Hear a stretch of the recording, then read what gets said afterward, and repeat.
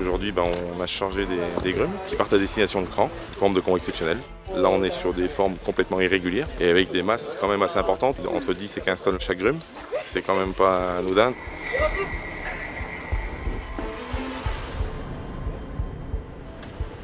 On est mobilisé depuis le mois de janvier. Là, on arrive à l'aboutissement 6 mois après. Il y a beaucoup d'intervenants qui sont présents, des bûcherons, des bardeurs, des grutiers, des grumiers, puis de l'ONF. C'est quand même une opération qui est bien menée et bien réussie. Ça me rend heureux de pouvoir y participer parce que c'est un projet que je verrai qu'une fois dans ma vie. Là, les bois vont rejoindre la scierie dans très peu de temps. Donc l'idée, c'est vraiment d'avoir cette fédération, cette communion de l'ensemble de la filière. Ça génère un engouement parce que chaque maillon est important dans cette chaîne.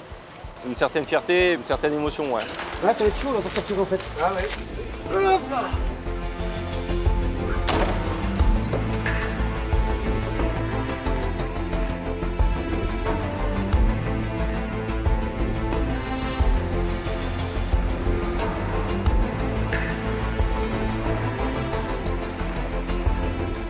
Pour pouvoir les amener de l'extérieur, j'ai fabriqué 2 gros chariots qui supportent aussi 15 tonnes.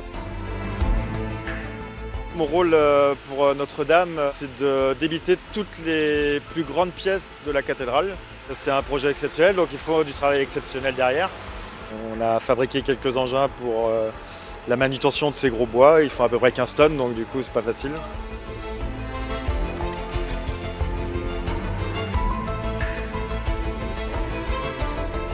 C'est la seule scierie en France capable de traiter des pièces de 22 mètres dans le cahier des charges qui lui a été fourni. Et là, on est en train d'assister à un moment historique exceptionnel. On tenait à ce que ça soit refait à l'identique. Ça a un sens. On va reconstituer travée par travée, voûte par voûte, ces éléments de charpente selon les mêmes méthodes et avec exactement les mêmes dimensions. Là, on est à 110 en gros. Sur la une, on fait un 75 là direct. C'est la machine qui avance dans le bois, c'est pas le bois qui bouge. Donc là, faire attention. Là, il y a un gros contrôle visuel déjà sur l'écorce du bois. Si vous voulez, on va descendre petit à petit pour voir aussi ce qui se découvre à l'intérieur, voir s'il n'y a pas de mauvaises surprises. On va mettre les autres dessus là. Là, l'objectif déjà, c'est de ne pas avoir de nœuds pourris à l'intérieur, ce qui créerait un trou dans la poutre. Et on est aussi toujours à l'affût de quelque chose qui pourrait partir de travers, quoi.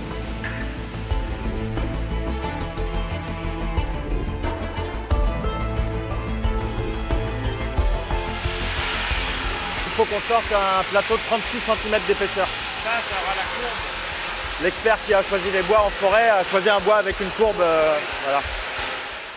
Ça fait longtemps qu'on n'a pas reconstruit des transepts et des flèches en France.